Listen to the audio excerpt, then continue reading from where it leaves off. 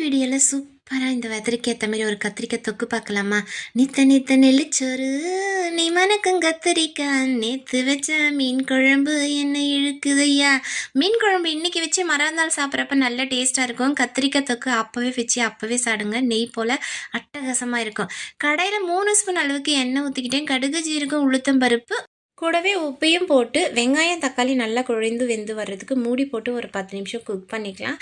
நல்லா குழைவாக இந்தமாரி எண்ணெய் பிரிஞ்சு வரும். இந்த டைமில் வந்து கத்திரிக்காவை நம்ம சேர்த்துக்கலாம். கத்திரிக்காவை எந்த அளவுக்கு மெலிசாக கட் பண்ண முடியுமோ அந்த அளவுக்கு மெலிசாக கட் பண்ணால் ரொம்ப குயிக்காக வந்து வெந்து வந்துடும்.